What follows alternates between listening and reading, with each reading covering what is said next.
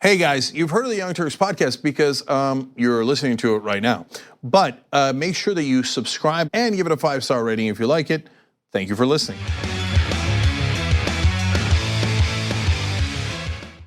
Drop it.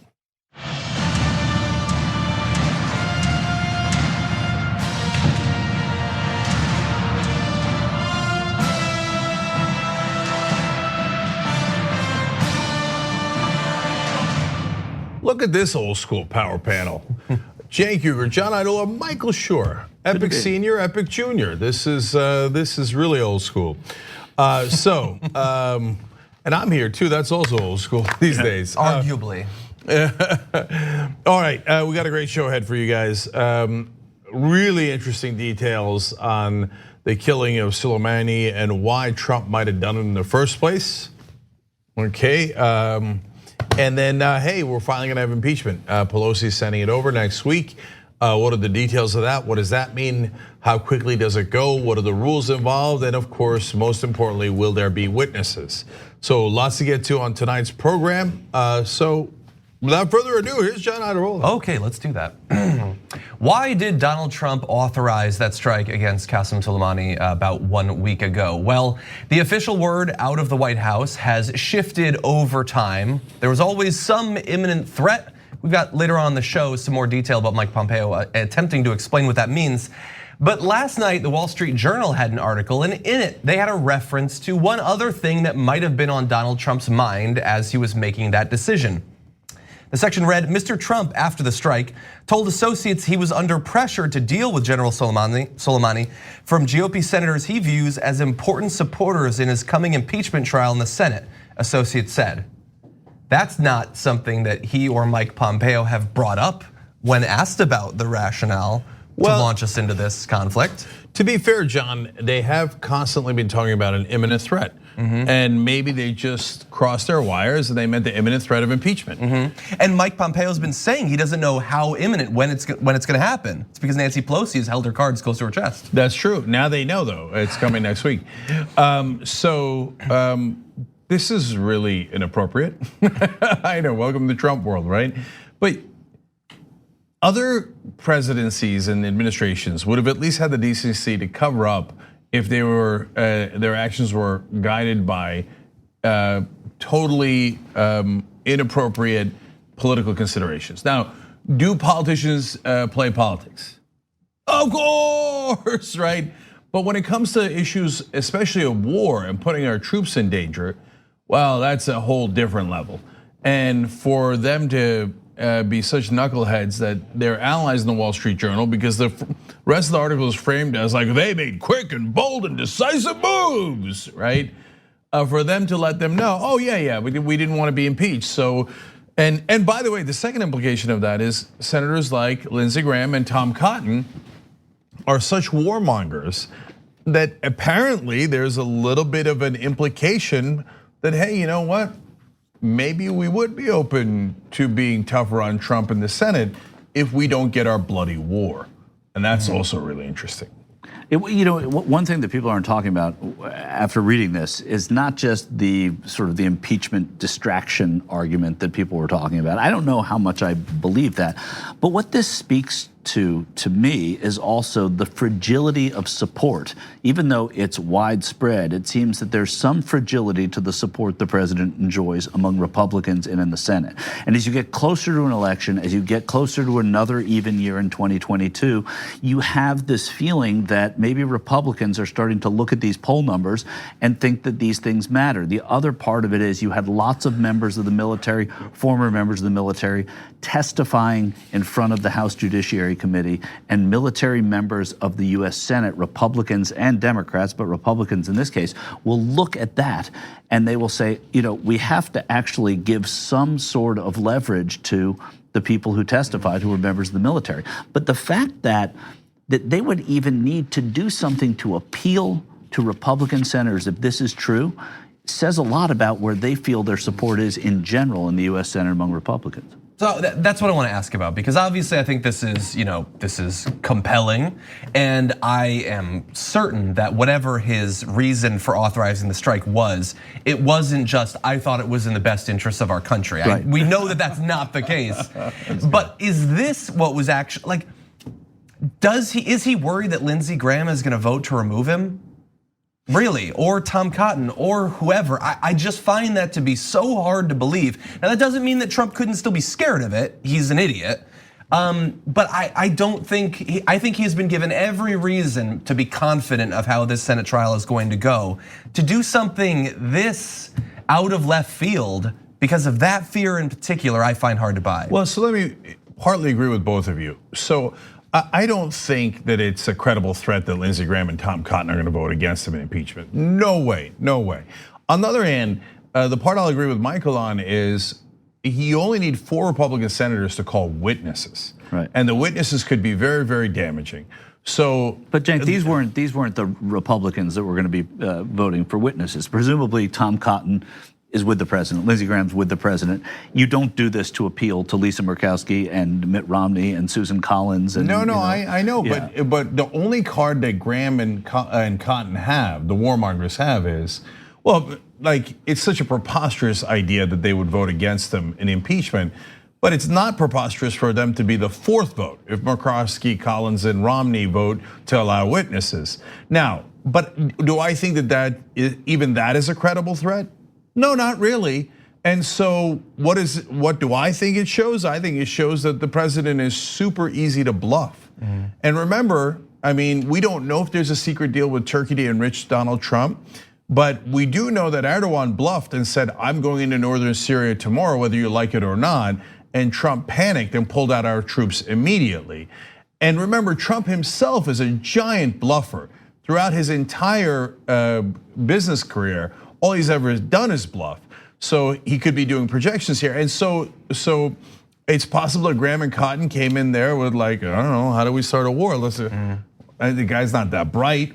Maybe we just bluff him, right? And maybe it worked.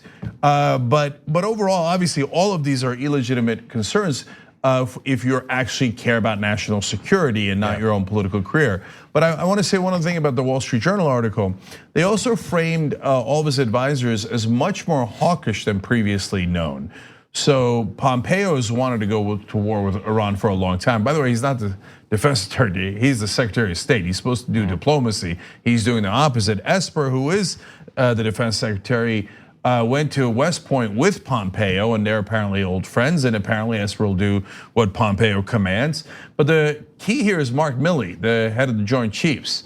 And Lindsey Graham gave a quote like, Mark Milley's been a pleasant surprise, willing to take more risk than we had imagined, meaning he is more happy to go to war and listen to orders from Donald Trump to take impulsive military action. And apparently they didn't check with a lot of folks, including our allies, obviously Congress, there's other parts of the State Department, other parts of the Pentagon that you normally do to execute these operations. The Trump administration rushing in haphazardly, who could have guessed? But it turns out the people that are around him now in the Oval Office are simply enablers. He's gotten rid of any dissent. So that's more dangerous because that means any given impulse driven by insecurities or political calculations at any given moment, which could change later, but at that moment will be executed and could lead to disastrous consequences. It says a lot that John Bolton was not hawkish enough for this crew, apparently. That they just, John, sorry, you gotta get out of the room. But you can just sort of picture like all of them like in a room in the White House cheering as they go to like get ready for war with Iran, and like the window looking in is Bolton with his hand on the glass. Like he just wishes he could be part of that club.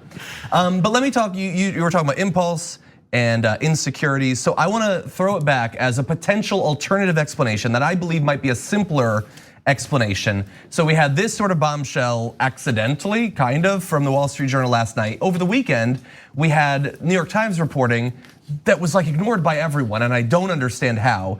But effectively what they said is, and I'm gonna skip ahead one graphic. Initially, you had the death of the military contractor in that attack in Iraq. And then you had the heads of the Pentagon coming forward and giving a menu of potential options from least severe and crazy to most severe and crazy, including the option to take out Suleimani, which was considered to be, well, no one would actually do that. But apparently they like to put things that seem crazy on to make other options seem more reasonable.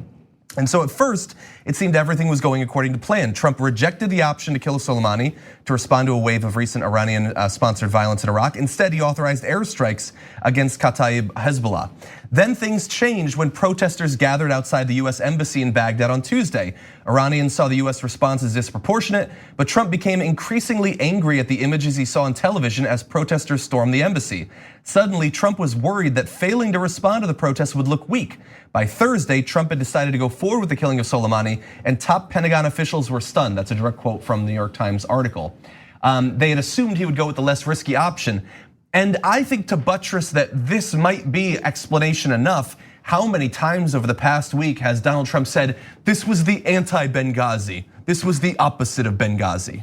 And so the idea that he could be, like, he could think, well, my only option to not be pitched as basically Barack Obama or Hillary Clinton in this situation is I need to do something crazy. That's the craziest thing they gave me as an option, so let's do that.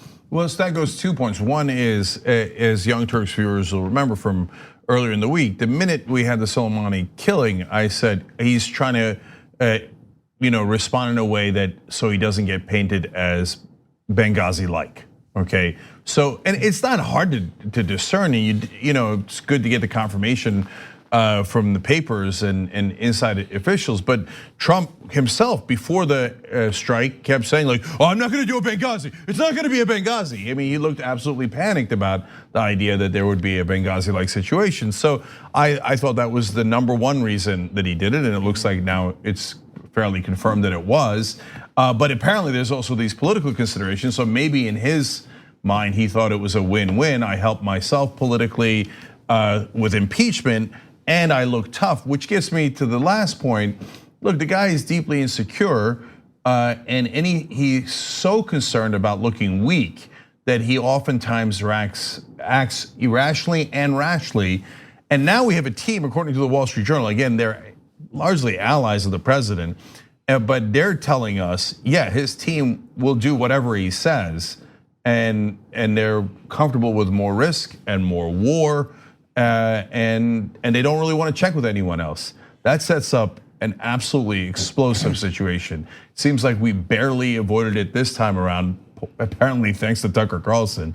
But God knows what happens next time. And if Donald Trump is listening to the wrong Fox News show, well, the whole world better brace for impact. Yeah, it reminds you of President Cheney when he had this kind of control over that part of the White House. Yeah.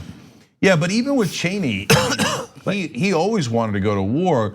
But ironically, his slight check for 6 years was Bush, and in the last 2 years, Bush even rejected Cheney. But in the last 2 years, but when there've been the first 6 were a disaster. So, the first 6 were the Cheney administration. But he had to maneuver things. He had to move things around on the chessboard. Whereas these guys just come in and go, "Hey, Trump, we'll hurt you slightly politically." Okay, I'll do it. Hey, Trump, you look weak. Oh yeah, I'm strong. I'll do it. Right? So that's much easier because, I mean, I remember during the Bush years, we just thought there's no way a president is ever going to be this unintelligent again. Oh boy, were we wrong. So I'm not afraid to next. Yeah, exactly. I mean, remember in the old days, Reagan was considered very unintelligent. That was the main, knock on him. And then the Xerox copy got way worse in Bush, and then it got way worse in Trump. Oh my God, what's next? Yeah, and 2 other quick considerations. One, I guess thank God that the craziest option they came up with was taking out Soleimani and not, bomb Tehran or whatever, which could have been an option, or bases in Iran. And also, like, imagine if as he's sitting stewing, he's watching the news, people have surrounded the embassy, they set the outer room on fire or something, and he's just getting so mad and he feels like, I look weak, I'm gonna look like Obama. Imagine if he had just relaxed, that would have been it. We wouldn't be talking about the storming of that embassy anymore. It wouldn't even be a story. But now died. Hundreds of people have died as a result of his freak out over it. Yeah. Anyway, imagine what he's going to do if there's a rogue militia group, a rogue terrorist group, somebody who has no affiliation with any national government at all, doing something that is perceived here as on the level with what happened at the embassy. Imagine that response if what Cenk is saying is true, is that everybody's just a yes man and one maybe yes woman in the room. It's an amazing thing. Yeah, look, last thing, guys. It's amazing we made it this far without him blowing up the planet. But we still have one long year left. And remember, in that year, the market could crash, which could make Donald Trump very, very insecure. And either because of that or just for other reasons, his polls numbers could get even worse. They've always been terrible, but they could get into the 30s, in which case that would inspire panic. Then what is this irrational, insecure fool going to do surrounded by yes men who like war? Yeah. Oh boy, that's why I tell you to brace for impact. Yeah. Why don't we take our first break? Yes. We need to talk about a relatively new show called the Republic, or UNFTR. As a Young Turks fan, you already know that the government, the media, and corporations are constantly peddling lies that serve the interests of the rich and powerful. But now there's a podcast dedicated to unraveling those lies, debunking the conventional wisdom. In each episode of the Republic, or UNFTR, the host delves into a different historical episode or topic that's generally misunderstood or purposely obfuscated by the so-called powers that be, featuring in-depth research, razor-sharp commentary, and just the right amount of vulgarity. The UNFTR podcast takes a sledgehammer to what you thought you knew about some of the nation's most sacred historical cows. But don't just take my word for it. The New York Times described UNFTR as consistently compelling and educational, aiming to challenge conventional wisdom and upend the historical narratives that were taught in school. For as the great philosopher Yoda once put it, you must unlearn what you have learned. And that's true whether you're in Jedi training or you're uprooting and exposing all the propaganda and disinformation you've been fed over the course of your lifetime. So search for UNFDR in your podcast app today and get ready to get informed, angered, and entertained all at the same time.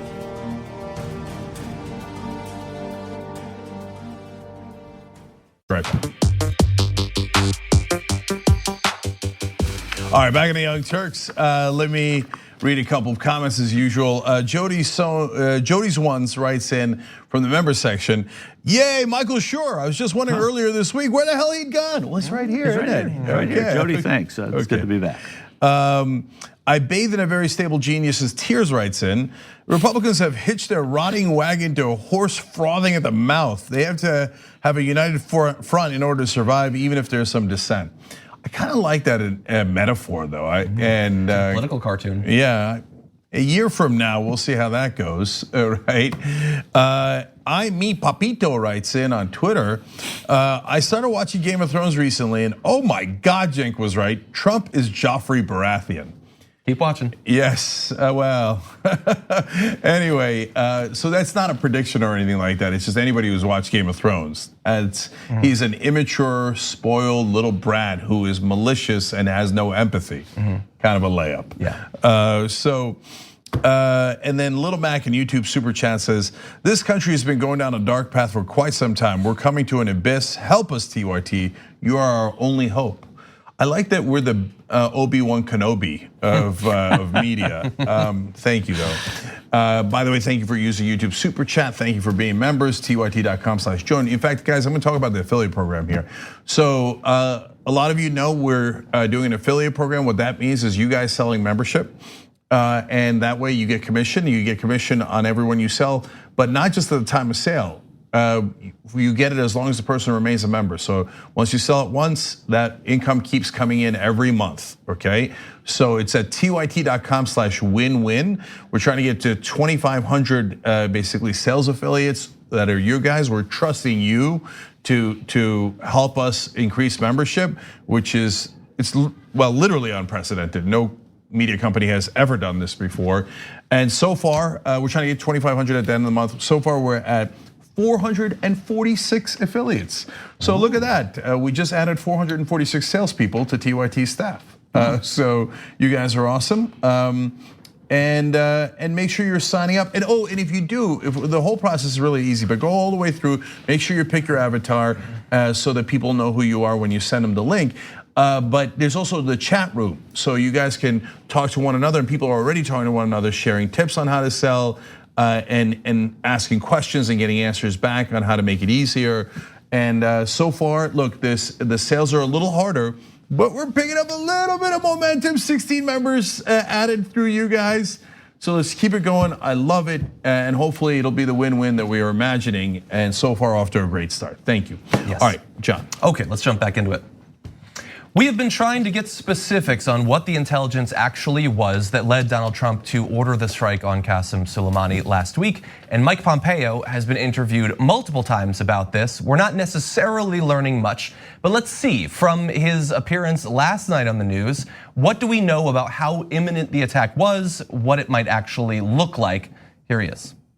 There is no doubt that there were a series of imminent attacks that were being plotted by Qasem Soleimani. We don't know precisely when, and we don't know precisely where. See what? Look, all right, the where is funny and interesting. We'll get back to that. But if you don't know precisely when, by definition, it was not imminent. Right, that's the basic part of it, is that is a part of the word imminent, is that it implies that it was imminent, it was about to happen now, or it's about to happen the next day or week, Which implies you knew when it was happening. Yeah. Otherwise, all right, Soleimani might have planned an attack 2.5 years from now, or he might not have. And also, to what Pompeo just said, is there ever a time where these people are not plotting attacks? Does that mean that we are warranted to go in and do it at will like that? No, that's what they do. That's what terrorists do. As far as we know, historically in modern day, they plot attacks, right? So that doesn't. When they get to a certain stage of it, they're always thinking about it. What defines plotting? I mean, this is so not worth what they did in response. They dig themselves deeper, and again, who knows if it matters. And let's say their response to what you said would be, yes, he is always plotting attacks. Well, he's not a rogue operator. He's one of the generals of the Iranian military, which means that if you want to have carte blanche, you can take out their leadership whenever you want, declare war on Iran. Because you clearly believe that we are in a state of war with Iran. Exactly. That you're justified to take out their political and military leadership whenever you want. Completely. I was just referring to it as far as imminence, but you are 100% right about that, because that's what would warrant something. It would warrant something like that. They're actors within a government, and then you take on that government. Actually, we took them on by stabilizing them with a nuclear peace deal. So that's one way of doing it. The other way is the way you just suggested. Yeah. Well, John, which obviously I don't support. No, right. Well, the other person that agrees with you is Jim Webb. So he's not only a former Democratic senator from Virginia, but he was actually Ronald Reagan's Secretary of Navy. And he said, when did it become acceptable to kill a top leader of a country we aren't even at war with? And so, because under that logic, and they say, oh, well, Soleimani killed a lot of Americans. Okay, wait, when did he kill the Americans? They say, oh, largely during the Iraq insurgency. First of all, that was a long time ago. And by the way, Pompeo had earlier also said something absurd. I mean, it's the Trump administration, but specifically in regards to this, when they had asked him a couple of days ago, what evidence do you have that it was imminent? He said, well, we know because of what he has done in the past. No, imminent means in the future. It doesn't mean in the past, so that's also absurd. But they went so far back about the Iraqi insurgency. Okay, but if we were to accept that logic, again, I don't, but if we were to accept it, well, under that logic, you could drop bombs all across Saudi Arabia all day, all night, because the Saudis funded the Sunni insurgency against our troops in Iraq. That's a fact. So now they say, well, technically we don't know for sure that it was the Saudi government. It might have been just some Saudi, billionaires, princes, etc. Okay, then do we have carte blanche to execute them anywhere on the spot, whether it's in Saudi Arabia or Paris or London, where they go often? So are we gonna just start executing foreign leaders left and right because of what they've done in the past, or because maybe they might do something in the future, which apparently now means imminent? Yeah. And so, and again, we're trying to drill down, what did it actually look like? Was there anything to this? And so, the interview that you saw a bit of earlier, we're gonna give you a little bit more, but understand that Pompeo is gonna have to respond to something that Donald Trump had said yesterday at his rally, where they had been saying imminent attack for days now. But all of a sudden at this rally, Donald Trump came up with, it was the embassies. They were gonna attack all of the embassies. And so Pompeo's asked to respond to that, and here's what he said. Well, the president said Soleimani wanted to blow up the embassy. Is that accurate? He wanted to blow up the embassy. It was his forces that penetrated our embassy just a handful of days before that. Kataib Hezbollah warriors, orchestrated, directed by Qasem Soleimani himself. I don't think there's any doubt that Soleimani had intentions not only to take action against our forces, our diplomats in Iraq, but in other countries around the region and world as well. That does not confirm what Trump came up with, apparently spontaneously at his rally. Well, politicians are pretty good at getting around and question. If you notice, he did not answer, were they planning to blow up the embassy? He said, well, I mean, they did something in the past, which actually didn't even really cause any casualties at the embassy and didn't really, I mean, barely penetrated the embassy. There's some dispute as to whether it did or not in the reporting. So that doesn't answer whether they were going to blow up the embassy at all. Yeah. And when he doesn't answer it, you know that means there was no such thing. Yeah. Right. Well, and now we'll get to see, because that was last night. This morning they have their little press conference, and he's asked about some of the comments he made in that interview. And let's see how capable he is of making what he believes now square with past statements and Trump's recent statements as well.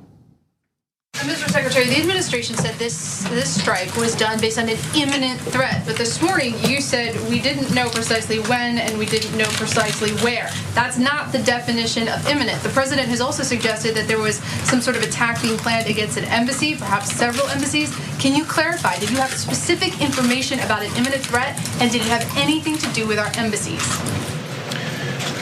We had specific information on an imminent threat, and those threat stream included attacks on US embassies.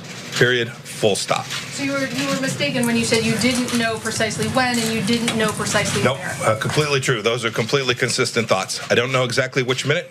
We don't know exactly which day it would have been executed, but it was very clear. Qasem Soleimani himself was plotting a broad, large-scale attack against American interests, and those attacks were imminent. Against an embassy? Against American facilities, including American embassies, military bases, American facilities throughout the region. That is maddening, because think about what, it's so insulting. What they want you to believe is true is that this man, Qasem Soleimani, he was plotting imminently. So not just plotting in some general sense, but it was about to happen. And it was facilities, bases, and embassies in Iraq and across the region. But taking out just him, it's done. We don't have to worry about it anymore. They were going to attack multiple facilities and military bases across multiple countries. This is the Iranian military, but we took him out, and so now we're good. All of that planning is just gone. No threat anymore. Yeah. It doesn't make any sense. And in fact, of course, after you kill their top leader, they want to react less. That's normal, right? And there's nobody to replace him either. Yeah, that's what I was going to get to. John, what John doesn't know, he's a rookie, is that Iran has no other generals or colonels or anyone else who could take his place and carry out those so-called imminent threats, which they would be far more motivated to do now that you killed their top general. Okay, so it's all a lie. And it reminds me of the Bush years, when Bush would constantly talk about plots and plans. He'd say, they got plots and plans. Okay, it always sounded like pots and pans.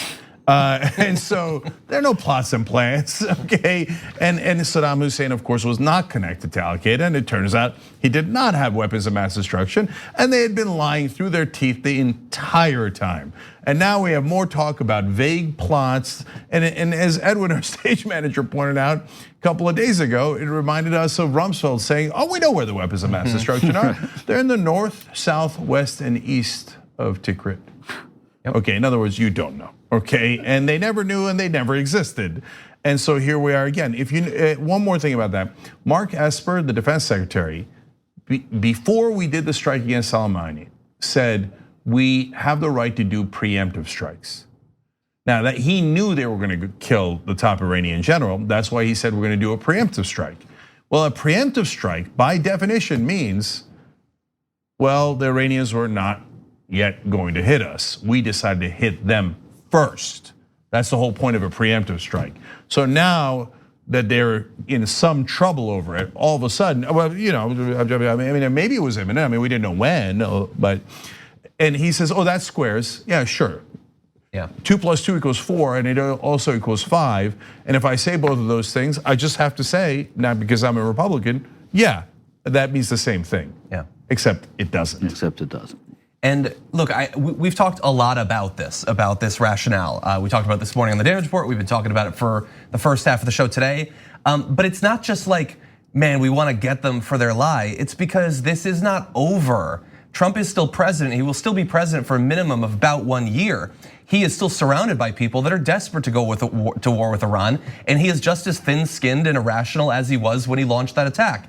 And if we go out of this entire news cycle, and the media and the public has landed on, yeah, they can be sort of vague, but as long as they say there was some reason to do what they did, they will do that same thing in the future.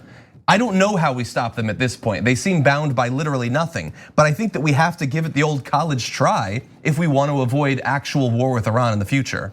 And the reality is, unfortunately, guys, there really isn't much we can do. I think the last hope was the defense authorization bill, because that needed to pass. And so if we had put a check on there that Ro Khanna or Barbara Lee wanted to do, where we took the authorization of military force away, that's Lee's proposal, or say that you must get approval before you attack Iran, that was Ro Khanna's proposal, and it was attached to a defense bill that must pass, then that would have had teeth, and that could maybe have prevented a war, or if it didn't prevent war, could have led to an actual removal of the president through impeachment, because that would be an unbelievable violation of what Congress passed.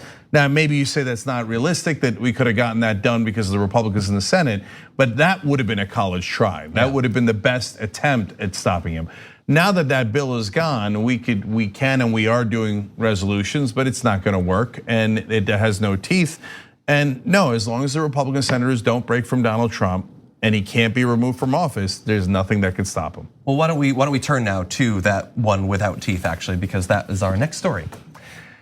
Today, the House passed basically an invocation of the War Powers Act, and that passed with a vote of 224 to 194.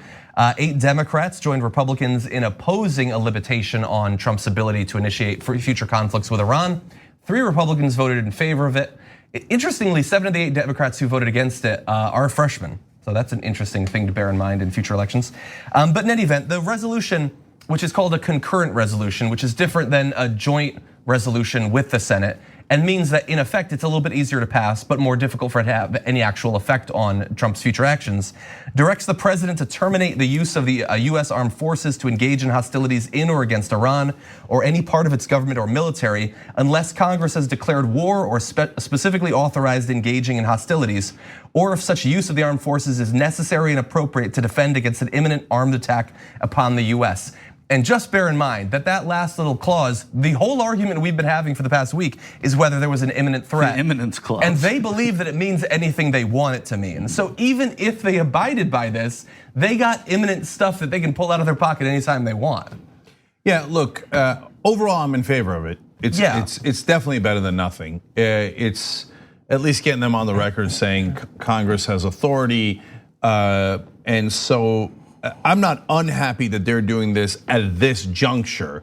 So good, and I love giving credit to Democratic leadership or anyone else where it's due. But, and it comes with a giant but, this cannot have any real effect on Donald Trump. A concurrent resolution does not have to be signed by the president. So the Supreme Court has conflicting cases on whether it is applicable or not. Given that it's the War Powers Act, it actually might be applicable. So at least they're in the ball game. That's why, again, I'll give them credit for it. But the way that this would have had a lot of effect is if they had attached it to the defense bill, which Democratic leadership got absolutely no compromises from Trump on, passed easily. And there, that bill had to pass. If you had attached this to the defense bill, then we could have had teeth.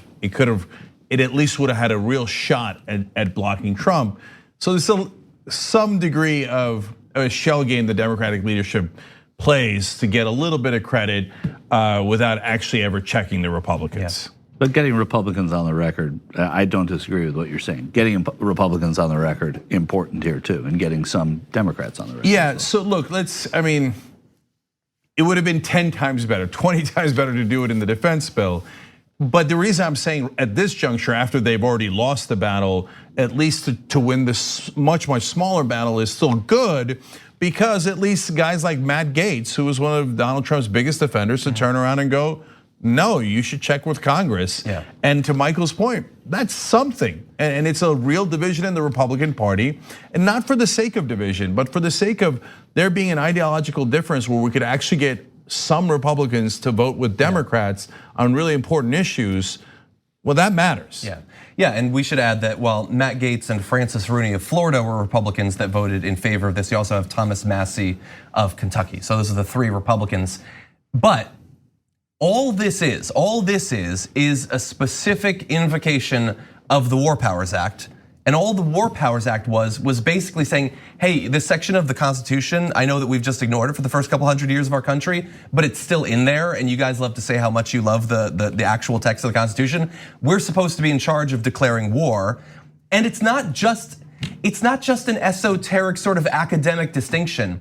The current state and extent maintenance of the American empire depends on the way that the distribution of power over military force has been divvied up between the legislature and the executive branch. If you actually had to have a declaration of war, the president keeps coming back and updating the legislature on the state of the war. It receives funding for short periods of time until eventually we end the war, we pull our troops back.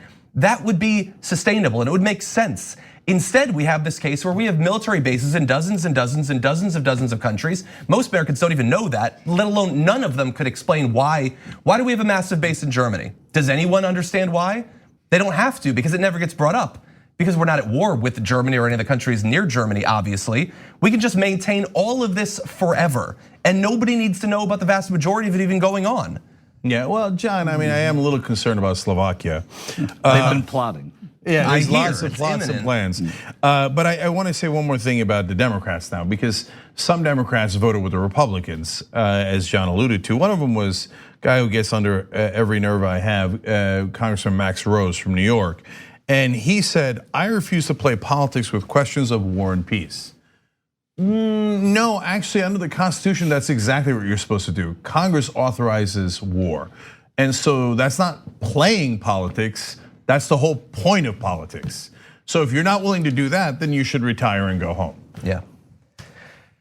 Okay, why don't we take a short break? When we come back, we might be moving closer to that Senate trial of Donald Trump. All right, we'll be right back. At TYT, we frequently talk about all the ways that big tech companies are taking control of our online lives, constantly monitoring us and storing and selling our data. But that doesn't mean we have to let them. It's possible to stay anonymous online and hide your data from the prying eyes of big tech. And one of the best ways is with ExpressVPN. ExpressVPN hides your IP address, making your activity more difficult to trace and sell to advertisers. ExpressVPN also encrypts 100% of your network data to protect you from eavesdroppers and cyber criminals. And it's also easy to install. A single mouse click protects all your devices. But listen, guys, this is important. ExpressVPN is rated #1 by CNET and Wired magazine. So take back control of your life online and secure your data with a top VPN solution available, ExpressVPN. And if you go to expressvpn.com/TYT, you can get 3 extra months for free with this exclusive link just for TYT fans. That's expressvpn.com/TYT. Check it out today.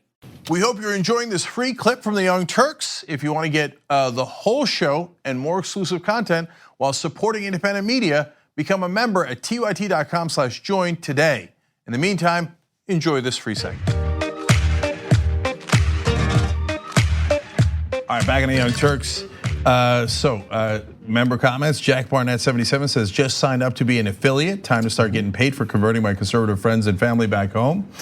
So I love that. And I have run into a lot of former Republicans recently who say, oh yeah, Young Turks flipped me. I talked to 3 last night, okay? So it's actually really, really encouraging. By the way, tyt.com/win-win to be part of the affiliate program where you sell membership and you get commission on it.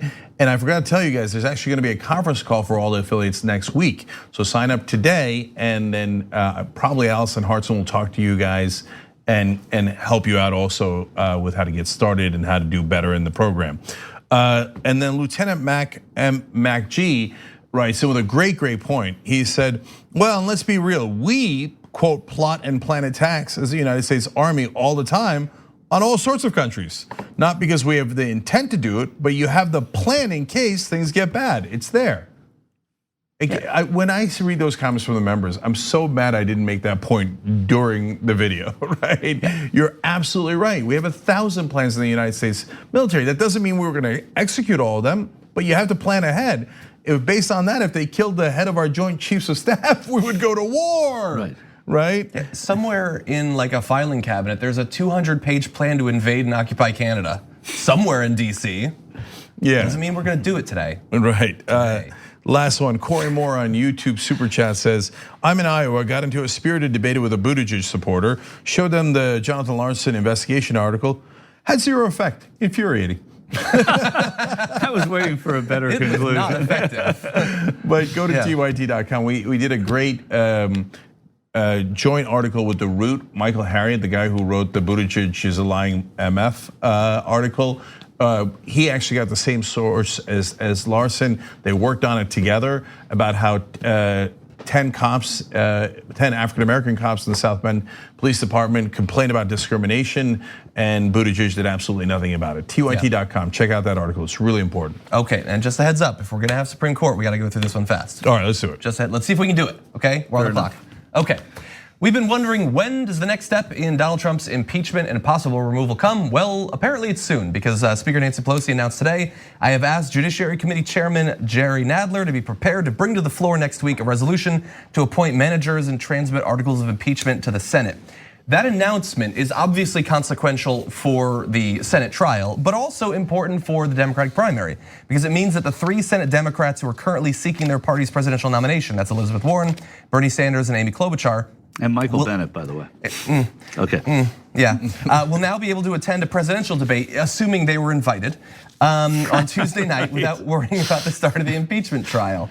But it does also mean that throughout the rest of the month of January and into early February, that trio, along with Cory Booker and Michael Bennett, there we go. I got it. Yeah. Will likely, it's very nice of those writers that they included, will likely be tied down in the Senate participating in the trial, as opposed to campaigning in the early states. Right.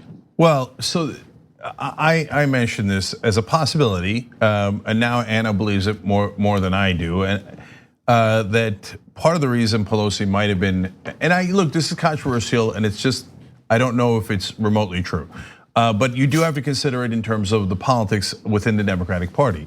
The possibility that Pelosi and Democratic leadership were holding the impeachment being sent over the Senate, not just because of politics against Republicans, but if you hold it until the critical weeks before the Iowa caucus, the 2 out of the top 3 contenders are progressives, Bernie Sanders and Elizabeth Warren, and they would be tied up in the Senate and not really allowed to, not allowed to campaign, but taken off the campaign trail, and that would help moderate Democrats who Pelosi is more aligned with. Interesting. I bring it over to you, Michael. I disagree. I mean, but not that it's interesting. It's interesting. I don't buy it at all. If you know the way, and we'll just leave it at that. Do you know the way that House members think? They don't think about the campaign trail. They don't think about the US Senate. They think about the US House and what they're doing and the power that they want to have. If you look at the House of Commons and the House of Lords in the UK, the same demeanor, the same thing happens here. I don't believe that they're thinking that in such a granular way, because as it stands right now, this is early to them in terms of the nominating process. So I don't see that as being a motivation. What they wanted to do was see if they could get more testimony out of the Senate and take the temperature of which senators might be willing to waiver. So I'll say one more thing about it. And look, if I was sure, I'd tell you I'm not shy, right? It is, and it's an interesting theory, but which I agreed with. Yeah, is that Pelosi has attended dinners about how to stop Bernie Sanders. And there's top 4 contenders at this point fairly clearly. And the 2 moderates that are more aligned with Pelosi are Biden and Buttigieg, who are not senators. And the 2 progressives are Warren and Sanders, who are senators. And so if she's attended dinners, and Schumer has also attended dinners where they talk to Democratic donors about how to stop Bernie Sanders, well, this would be one way to stop Bernie Sanders. Yeah.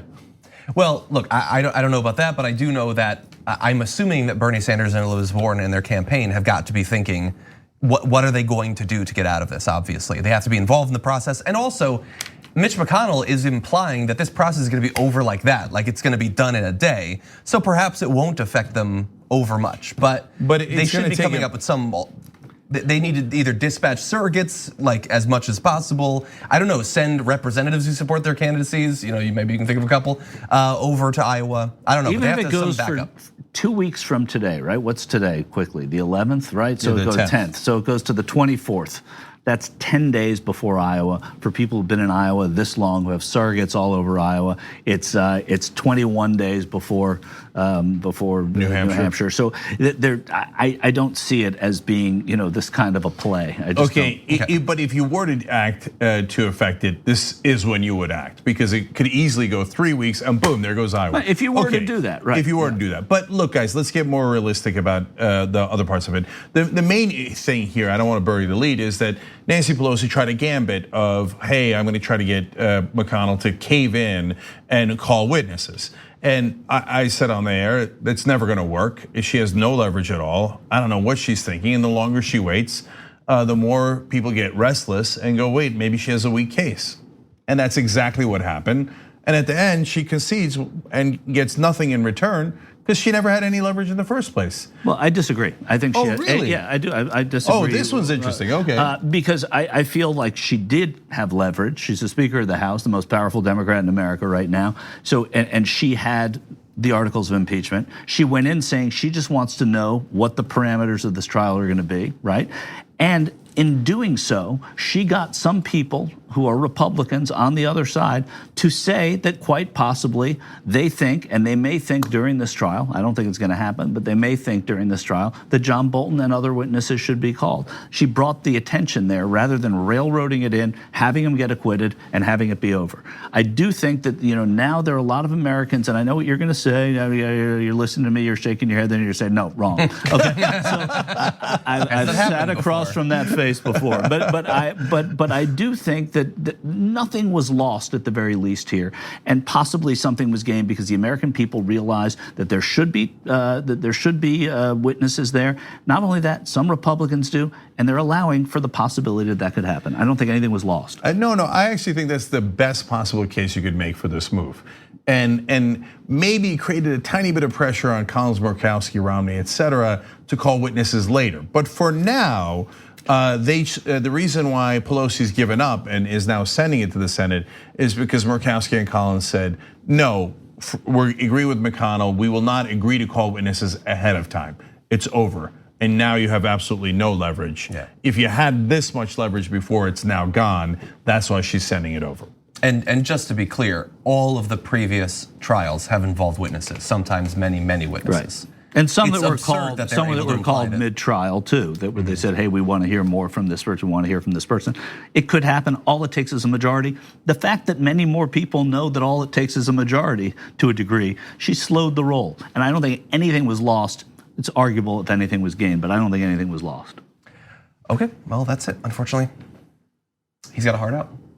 Oh, okay. Well, how long does the trial, the Supreme Court take? At least 5 minutes. Unfortunately, I have a heart out. Yeah. All right, guys. Okay, that's all right. We got a great rest of the program.